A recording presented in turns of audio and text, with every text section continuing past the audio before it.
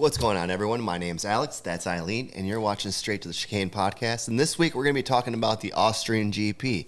But first, if you haven't yet, please like, subscribe, dislike, comment, whatever it is that you guys like to do out in the YouTube universe. We're growing this community, and we would appreciate it. But before we get into it, what did you think of the overall weekend? Well, I feel like I had reservations going into the race today because the sprint weekend. My God, I can't talk.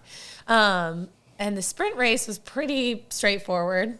I went into this weekend. Yeah, I went into this weekend thinking, oh man, we're going to go into Sunday and it's going to be total Max domination. Yeah. Total Red Bull domination with their straight line speed. And we saw something totally different. So it was actually a pretty exciting Sunday. So it was, I feel like good practice. Qualifying was good. I thought overall there was some excitement.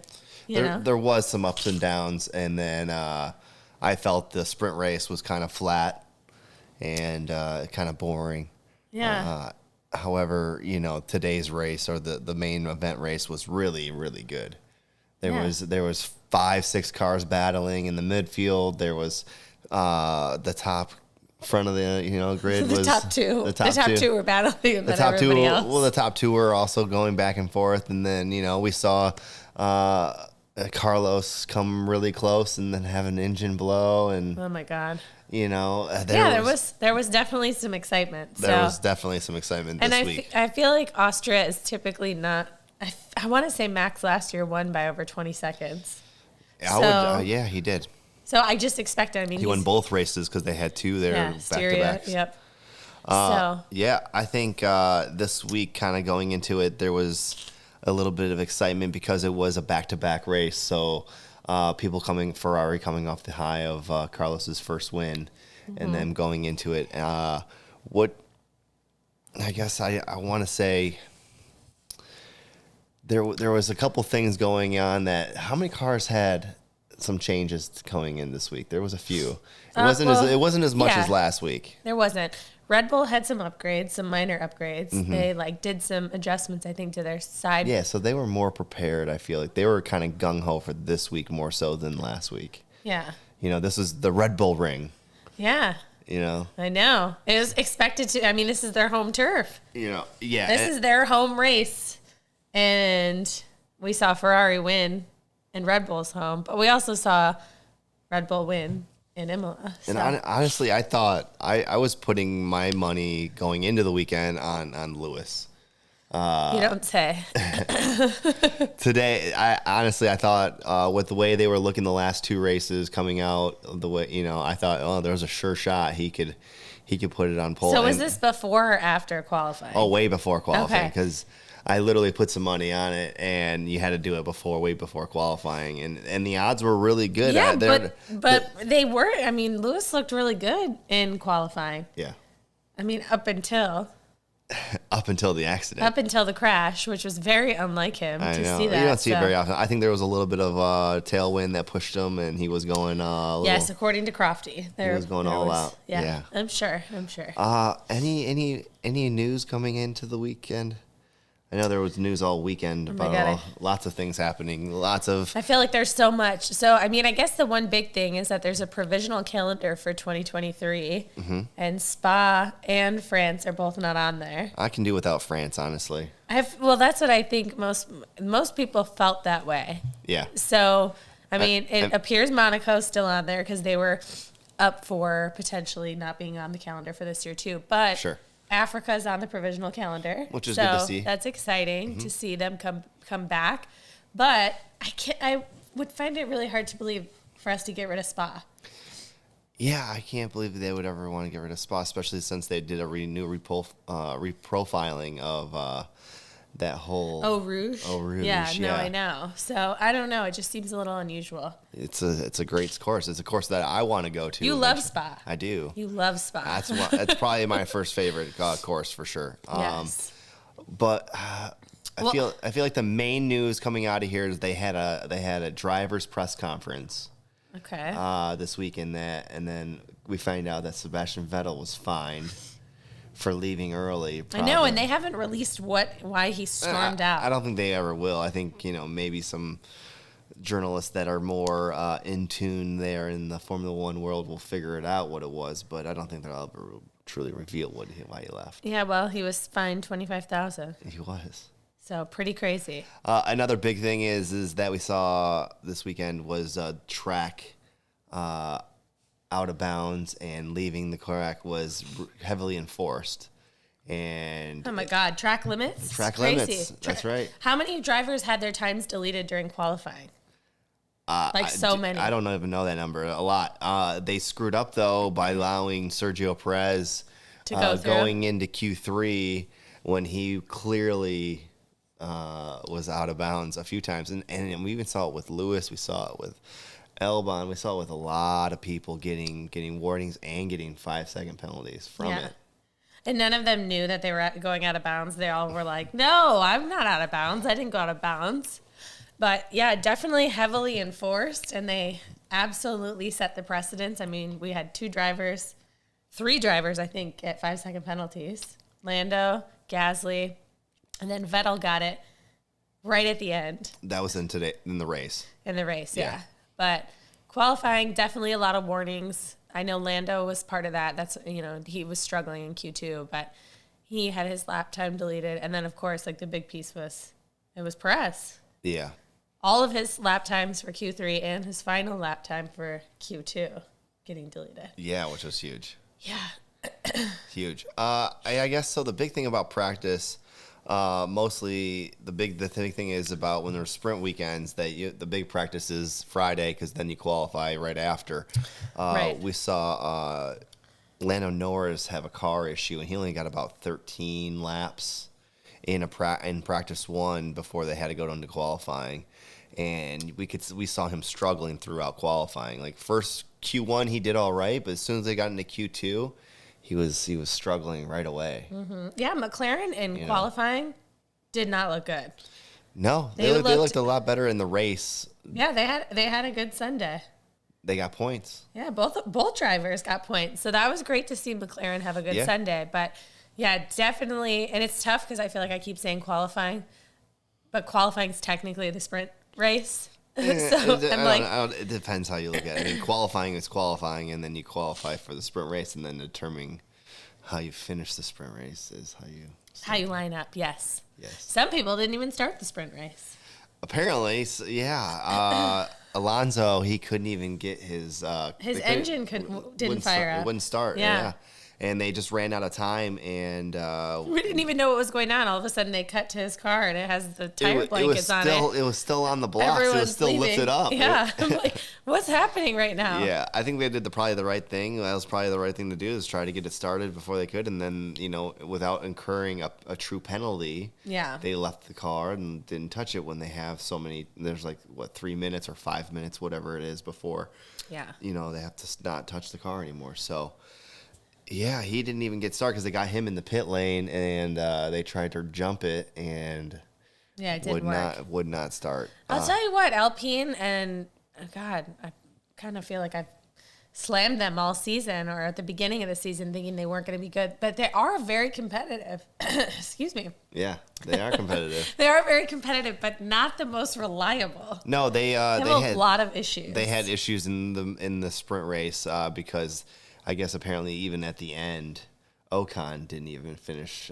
He couldn't even make it into the. Yeah, he did have a great sprint. He couldn't make it in the pits. Apparently, he had to get a ride on a flatbed. No, so his car stopped, and then Alonso broke his floor during qualifying. Mm-hmm.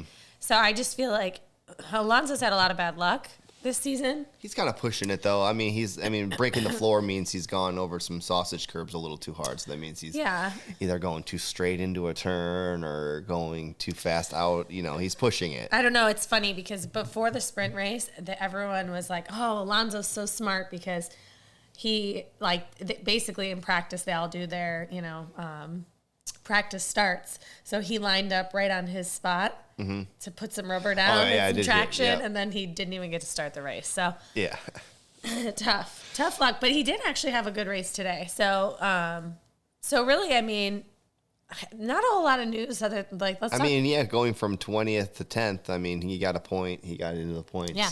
From starting in the back of the grid, that's pretty good. I think he started actually 19th because Joe started from. No, Valtteri started from the pit lane. Yeah, that's right. Yeah, So. thanks. And he also did all right. He almost was in the points, but well, they battled a little bit between those two. He lost it on the last lap. So yeah, and I guess they were saying that there was rain last night that came through and kind of cleaned the track up and made it fresh. So all the rubber they laid down throughout the whole weekend just was kind of. I think that's probably why Max struggled so much with tire deg. During the main race.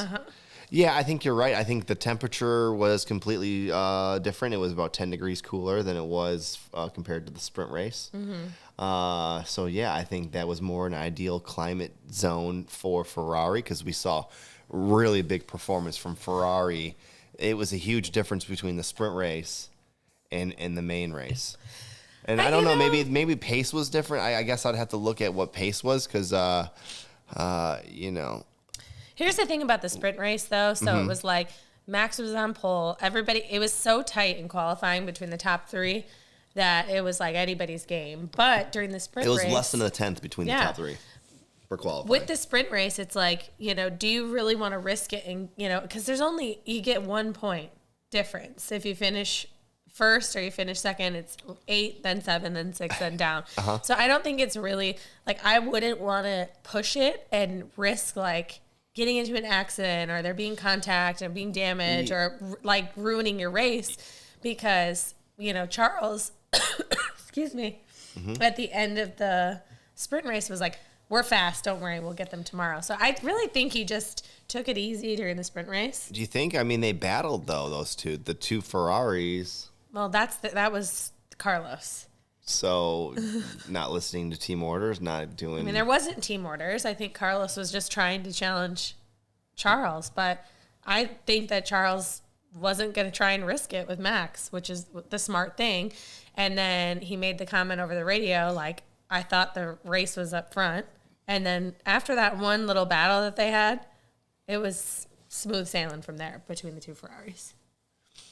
Yeah. So. You're right. I think they kind of dialed it back and. Yeah, I mean, and they didn't play Carlos's radio, so I don't know what was said to him. But I know they didn't play a single, not really any of his radio at all for the sprint. Yeah, so I don't know. I'm like, if that was strategy or if it was just they weren't trying to push it, but there wasn't. I mean, they're not fighting for anything. It's 1 point.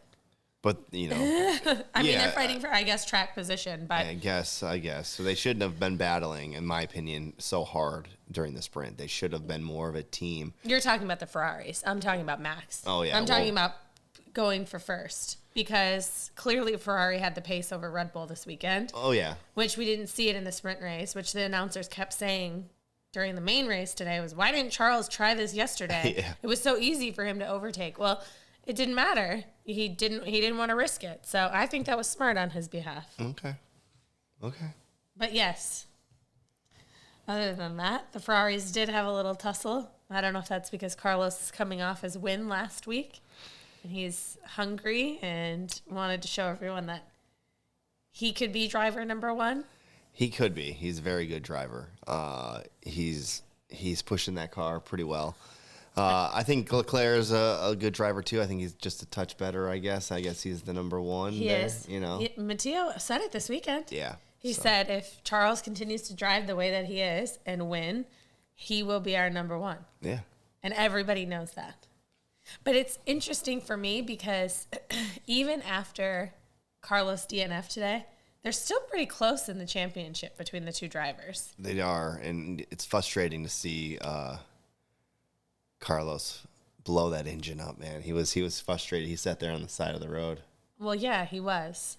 I would be too. He was like, they were on for an easy Ferrari 1-2 today. Oh, for sure.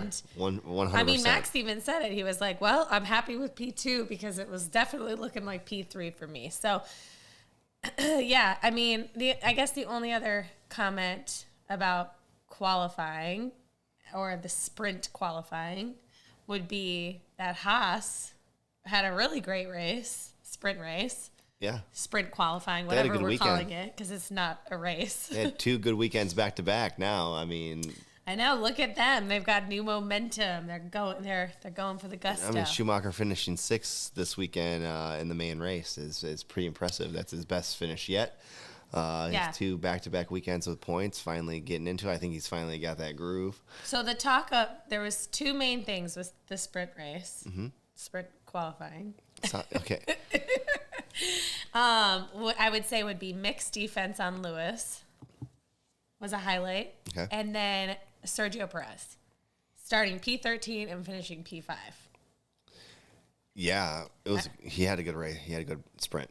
Yeah, he probably owned all the overtakes during the race. There was maybe a small handful. Lewis moved up 1 spot.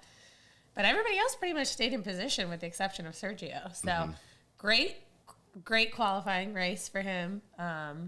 Unfortunately, didn't get to see what would happen today in the race. But I put my... He got pushed off. Do you think that was worthy of a 5-second penalty for what he got? Or he didn't get it. If they're going to stay consistent, the FIA, then yes. Well, they should have gave it to him, yeah. Because the same thing happened the previous, the same corner with Alex Albon. This is the talk of the race from today. So Sergio, lap 1, got pushed out by George, or they made contact into turn 4. Yeah. Sergio went to the gravel. He got some pretty major damage, but he did try to go on. But it's the same imitation of Lewis Hamilton and Alex Albon, turn 4. Same thing. But it wasn't the opening lap. So that's the thing, too, is because George is saying it's too harsh. It was a lap 1 racing incident. But Lewis got a 5-second penalty for hitting Albon in the same exact situation. Oh, he got in the last lap of the race. But it was towards the end. It was like the last lap of the race, yeah. Yeah, so I don't know. I feel like there's been so many opening lap incidents. And I get they're trying to stay consistent to the track or whatever, or similar circumstances. I think it makes it better for us as fans. I like the fact that it's the white lines. Stay within the white lines. Mm-hmm. Before, it's this turn... Oh, you're talking about track limits. I'm talking about the accident. Oh. Let's stay with that. Sorry. Go ahead. I'm like, wait, what? If they crash within the white lines, it's okay? No, what I'm saying is... There's been so many other accidents that have happened on lap 1 that they've been like, oh, it's noted or no further investigation necessary. And they haven't got a penalty, but then we're going to choose to give one today. So I don't know. I feel like it's consistent to the track that they gave the penalty because Lewis had the same situation and they did bring that up. But there's been so many other lap 1 incidents that have probably caused worse damage where the driver couldn't even continue. Oh, yeah. And they didn't give a 5-second penalty. So for sure. There's been way worse. Yeah. Yeah. All right. Anything else that you want to talk about for practice? I think that was pretty much all I really... Because we kind of gone in between everything. Yeah, we're all over the place. Which is fine. As always. I like being all over the place. There was something else that I wanted to... there's nothing with practice. No, I mean, the big thing is Norris getting out, which I mentioned earlier. Uh-huh. And that was the big thing for practice. And then qualifying, the big thing for me was the Mercedes, both cars getting out and getting crossing red flags. Mm-hmm. What other things did you see during qualifying? Nothing. There really wasn't anything. There wasn't it was the same top 3. Mm-hmm. Mercedes was looking good. And they both crashed out, which was so unusual to see. Yeah. And they, relatively, I feel like had pretty good pace during qualifying. So, I don't know. I feel like we could have seen Lewis, in the top 3 for qualifying. He should have been there. But he qualified 9th. Still in the top 10, which is good. Qualified 9th after a red flag. And George qualified 4th. So that was still pretty good, track position for him for the sprint race. But yeah, unusual to see. So both cars had to get fixed overnight, which was crazy. A race against time, which I think that they, chose to end repairs on time for the curfew. Mm-hmm. But the big issue was that George didn't have the same wing spec. No, they didn't. So he had to use a bigger wing. Mm-hmm. which could potentially have affected his pace from today. He had a lot of things working against him during the race today. Yeah. But still a really good race. So. Yeah, I think the best part of the race this week for me, or this weekend, was honestly the battle for, I don't know, it was like 5th, 6th, 7th, and 8th. It was like the 5 wide at one point. Oh, yeah. That was the coolest part because it's showing that these cars this year are able to compete and battle, and there's not really much of a difference, even though all the cars really are built independently and differently. There's nothing really the same, you know? Yeah. The one thing about this circuit that I feel like I'm not a super big, it's such a short lap that like the whole field ends up getting, everybody was lapped up to Mick. Yeah, it's like a 1 minute lap. Yeah. So like basically just the top 5 weren't lapped, which I don't know. I'm like, it feels kind of weird to me, but it's a super short track. It felt like the race went on forever and we didn't have any red flags, but you know, it still felt like a pretty long race. But yeah, no, it's exciting to see. I feel like last year you would never see people stay within that 1 second range for like laps on end. Now you see them just staying within the DRS. So then you see, you know, people in DRS trains. I mean, like the battle that we saw during the sprint race with Hamilton and Schumacher, like, granted, Schumacher, for most of the battle that happened between those two, Schumacher had DRS from his teammate. And you even heard on the radio he was asking his team to tell Magnussen to stay within the 1 second to slow down so he could get DRS again. And once he got out of the DRS, Lewis was able to pass, but it was many laps battled. No, I know. And Mick was not happy during the sprint race because he said he was quicker and they should have swapped the cars. Oh, well, maybe. Yeah. Maybe. Well, he was definitely quicker today. He was. So. And I think there was no comparison between the two because you're right. He was definitely quicker. Let's talk about the race. Okay, so ahead. We both predicted Verstappen to win. Which we were wrong. Which we were both wrong, clearly. And, I mean, I predicted that Perez was going to be second. I think you said Sainz. So we just, you know, our predictions, they're just not working out in our favor. No, and I'm always kind of trying to be a little bit of a gambler on that one when I do those predictions. You know. Yeah. I mean, not super because those guys could win at any time. No, Max I know. always does win. So, you know, and after the sprint race, he looked like he was going to clearly walk away with it, you know. I literally said last night, I was like, we're going into Sunday. It's going to be a grand slam for Max. Pole position, fastest lap. Yeah. Led every lap from start to finish. Race win. Just kidding. Didn't happen. So kind of unusual to see Max not be like ultra competitive, but he definitely was struggling with his tires. So very openly, I think he pit on lap 12? Yeah, really. To get new tires. Pretty early on, yeah. Yeah. So he was struggling, and Red Bull was just dialed in today. Or Ferrari, excuse me. Yeah, Ferrari. My brain. Ferrari today, the main race was definitely, everything was clicking right. And their strategy was right. Until the engine blew up and caught fire. And oh my God. Which is like totally not, poor Carlos. I mean, it was definitely like, he was literally that lap gonna pass Max. Coming down the straight, catching up, and then all of a sudden it was like, what's happening? What's happening?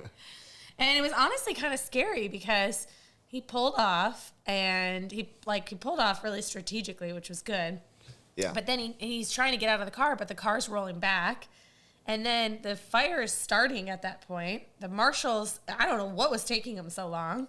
I don't know. I'm like, what's happening? And then the whole side of the car was on fire, and he's still in the driver's seat. I'm like, oh my God, and finally somebody came over. It was pretty. They don't have a parking brake or anything like that, and you can't really keep that car in neutral or in a gear. They got to keep it in neutral, right, so that those marshals can push the car around once the driver's not there anymore. But on that hill was kind of not the safest spot to be in.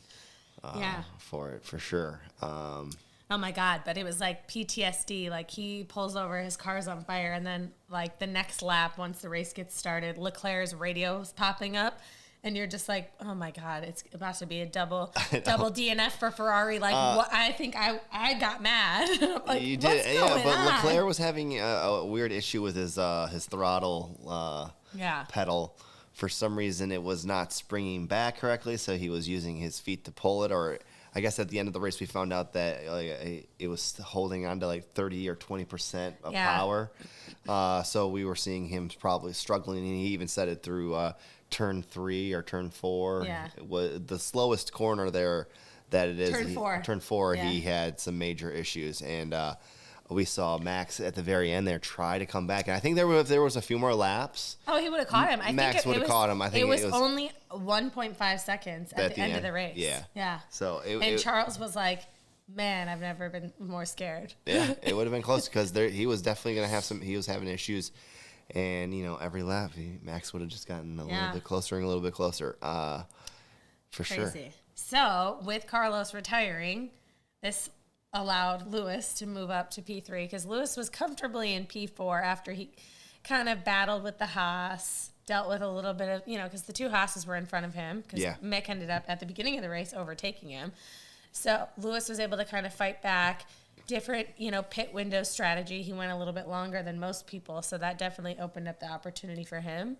And so with Carlos retiring, he was promoted into P3. And, all the while, Russell, who basically went in to serve his penalty after the 5 seconds was given to him, came out, I think, on lap 12 and was P19. And that's what I don't understand. Him coming on the radio and being like, how are we so slow? I'm like, he had a really good race. Yeah, finishing P4, got 12 points. So he had the wrong wing. He had damage to his front wing that he picked up from the lap 1 incident. Yeah. And he was fast. He did finish about 17 seconds behind Lewis, but just given if he didn't have to go and didn't have to serve the penalty, didn't have all those issues. Well, look, the FIA was handing out a lot of black and white flags to everybody. Yeah. So penalties were given out to everybody, and I know he had to serve his penalty. But look how good he did. No, I'm just saying, I think he may have finished in front of Lewis. He probably would have. You're not wrong. If he didn't have a penalty, he was. Yeah, it would have been close. I think. I think team orders would have probably kept him in front. Mm-hmm. You're not wrong. Mm-hmm. So. I think that the next thing we should do is I need to talk to you about the orange smoke. Oh my God. The amount of orange smoke we saw this week. Yeah? What about it? Do you think they should be allowing the spectators? Because we saw a couple memes here that are very true, like spending a few $1,000s on a seat. I'm not trying to see that when we go to Austin, but we won't be seeing that. But if the amount of money you pay to go to a Grand Prix, I'm not trying to not see what's happening in front of me because there's 10,000. Especially lap 1 when it's like the most chaos. Yes. Oh my God. No, it's so crazy. It's cool. It's very visually. It's very cool. From a spectator not watching it there from the TV screen, I like the way it looks. But I agree. I'm sure it's great for pictures and it's cool. But I'm like, I honestly would like to see the race. So I don't know how you enforce that. You know what I mean? Well, I don't think you can. Yeah. Wait till we go to Zandvoort. I know it's even gonna be worse because that is Max's true home race, which is not coming up too far from now. Oh my God! Yeah, remember it last year? We were like, oh, they changed the speed limit to 33. Yeah, so they're gonna change it to 1 this year. Yeah. Yeah. So no, it's great. It's cool. Max even said, he loves seeing it. It doesn't affect him. Because, you'd think it would affect the drivers, too. Like, you can't see everything in front of you, but, I think they're so zeroed in anyways. But yeah, and kind of seeing, since we're still on the topic of fans, the FIA released a statement during the race day about how some of the fans were not being very appropriate. And, there was, racist comments, homophobic comments, sexist a lot of comments, people, getting catcalled. There's a lot on Twitter, so it's unfortunate. There's people out there that are ruining the experience for other people. Like, no matter what driver you like, I think if you're a fan, you should be a fan of just driving, racing. All of them. They're the top drivers in the world. So, to be critical and harassing other people based on, the team that they're there to support or the driver they're there to support is a little bit ridiculous. So. 100%. I don't think that's appropriate at all for that level of motorsport. That sounds it sounds like NASCAR to me, if you want my American opinion on things. It's nice to hear the drivers speak out about it. I know Max spoke out about it. And then obviously, Lewis, Seb said that he's calling for them to ban some of these people for life. Yeah. Because clearly they're not a real fan. That's right. See? Some people may think that's harsh. Some people may not. So. Yeah. But what else? Who was the driver of the day was Schumacher, which was well deserved. I guess that is something to see because he did have such a really good race and finishing sixth, highest he's ever finished. Who was your driver of the day? I kind of was thinking about Mick. I didn't vote today, which is unusual, but I think I was so into the last few laps of the race, I really couldn't. But I agree with Mick. I also feel like I have to say Russell, just based on his recovery and his drive. Yeah, he had a good recovery. But I think for Mick, this is his highest, finish. He had a really great weekend just in general. So I agree with him being driver of the day. Yeah, I think my vote would either be for Leclerc for being able to hold off at the end. I really did enjoy that because he was having some real serious issues with the car. And it all happened right at the same time as his teammate going out. Well, and Leclerc did have some good overtakes on Max. He did, and there was really good overtakes. And three, I think it was three really good overtakes. Yes. So it's a toss-up between Schumacher and Leclerc for me. And fun fact, Leclerc has never won a race from not pole position. Not pole position. So today is his first. He has not won a race in 3 months. It's been a minute. Is that not crazy to think? 3 months. It's been a minute. Yeah. So he's had a really challenging last, 5 races that did move him into P2 in the Drivers' Championship. Well, and look, he also took an engine penalty in Canada, which wasn't all that long ago. Yeah. And we're kind of seeing the repercussions on Carlos's side because he didn't take an engine penalty yet, and his engine exploded. Well, he's probably going to have to take an engine penalty now. He is. You're right about that. Which I would assume that we're probably going to get close to Red Bull needing to take some penalties too. So it's interesting. There's a lot of, we're at the halfway point officially. So we're officially halfway through the season. We have 2 races left before summer break. Yep. So, we're off for 1 week so they get to rest and recover before we go to France. And we go to Hungary. And then we're on summer break. You know what I like about the sport is that it's not all year. They do have the summer break, and then they have a little bit of the winter time off. But it's damn near 9-10 months of sport. Mm-hmm. And compared in America here, you don't have that very much. I guess if you're a golf fan, you can watch golf all year round. But usually, people watch football, which is very seasonal. Basketball, very seasonal. Hockey, very seasonal. Baseball, very seasonal. No, it's great. And I tell you, I feel like there's just so much with F1 too, where it's you've got practice, even this year, the car setups are so different, so it's interesting with that. Well, all the teams are struggling to figure out the new car too. So the new regulations, the new tires. Is, I think the next couple years, because they're going to keep the same regs, they'll kind of change a little bit, but for the next few years, this is what we're going to have. So they're going to try and figure it out. I think in the next 2 years, the cars will be looking a little bit more the same, because right now they all kind of look a little different. Yeah. Well, a lot of them have started to look a little bit the same. A little bit the same. Yeah. They get them the side pods, I would say. Yeah. Ferrari probably looks the most different, but Mercedes is literally like completely opposite to everybody's. Yeah, I would say there's like two or three distinguished looks. You have the Mercedes look, then you have the Ferrari look, because Ferrari Haas kind of look very similar, and then you have the Alfa Romeo looks the same. and then you have Red Bull kind of looks a little bit, they have the similarities with Aston Martin. Well, Aston Martin has the same car as them. Yeah, so, and even the new Williams, I feel like kind of looks a little bit like a cross between the Red Bull and the Ferrari with the side pods. And then same thing with Alpine. They've changed their car so much. They've got similar side pods to Red Bull. So we'll see. And then I guess next year we'll see what Mercedes does, because I feel like this year is just, they're kind of chalking things up, figuring it out. They're getting closer and closer. So we'll see, how the year ends. Yeah. Is it going to be smart for them to keep the same no pods side pod? I think they're going to figure that out. I think that's the right direction to go for them. They still have some sort of side pod. It's just laid out, configured differently. Yeah. And, with their performance, they actually, based on how poor they've been doing, and I shouldn't say poor, because to be honest, Mercedes isn't doing that bad. They're still in the running in the constructors. I mean, they're comfortably number 3 right now. I would not be surprised if they challenge towards the end of the season.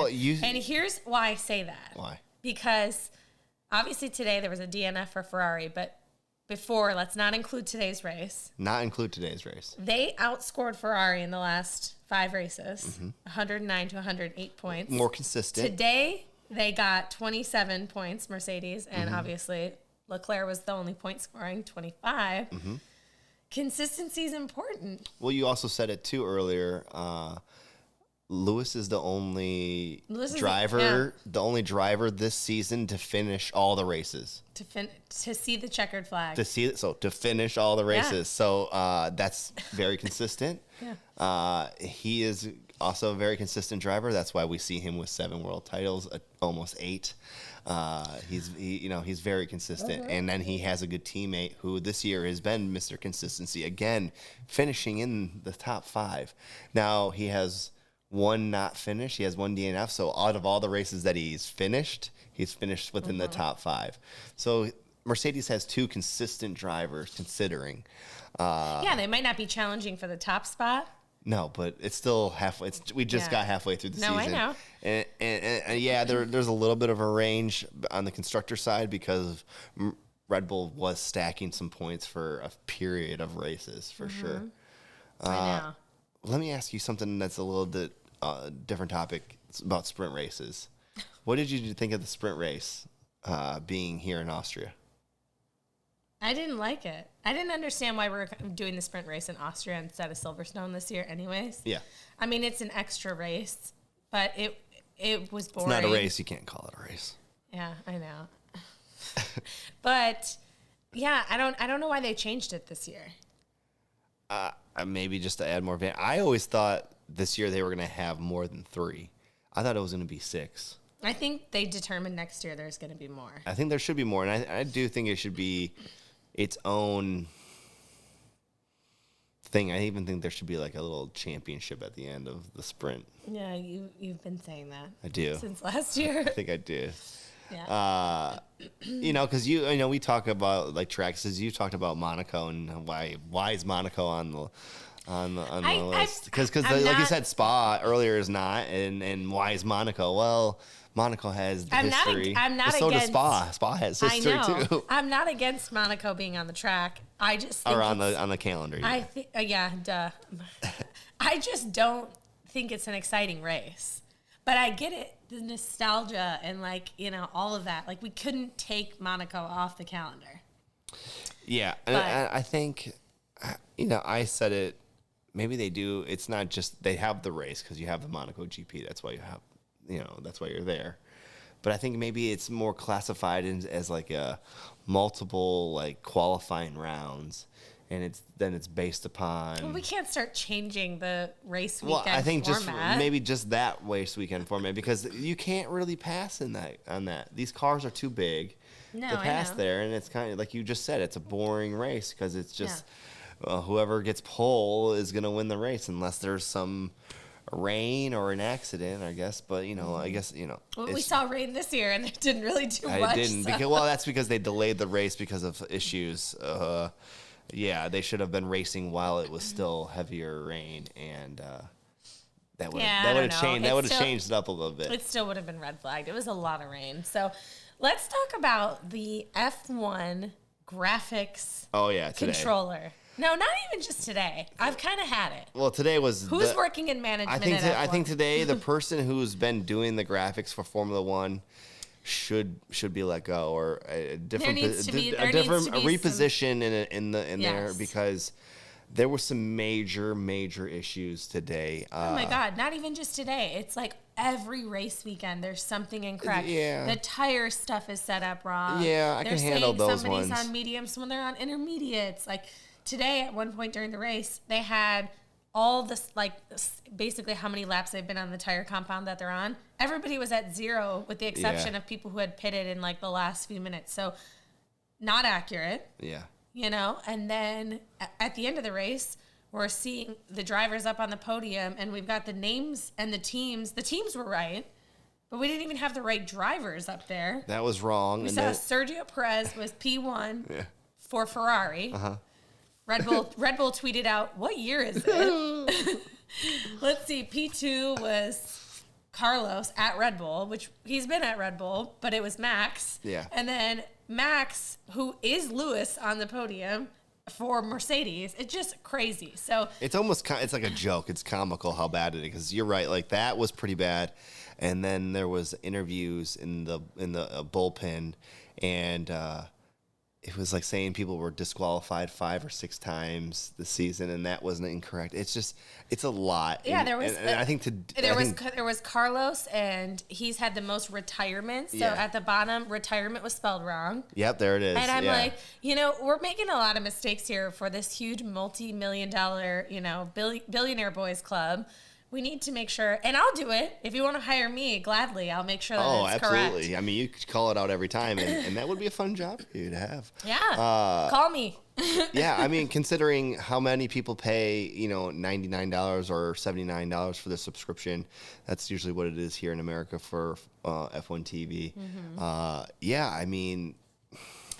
Yeah, I think there was a 1.2 where because Valtteri took an engine penalty this weekend, it had his engine components on the side, and it said, 0 for everything. Like he just had a 0 powered engine.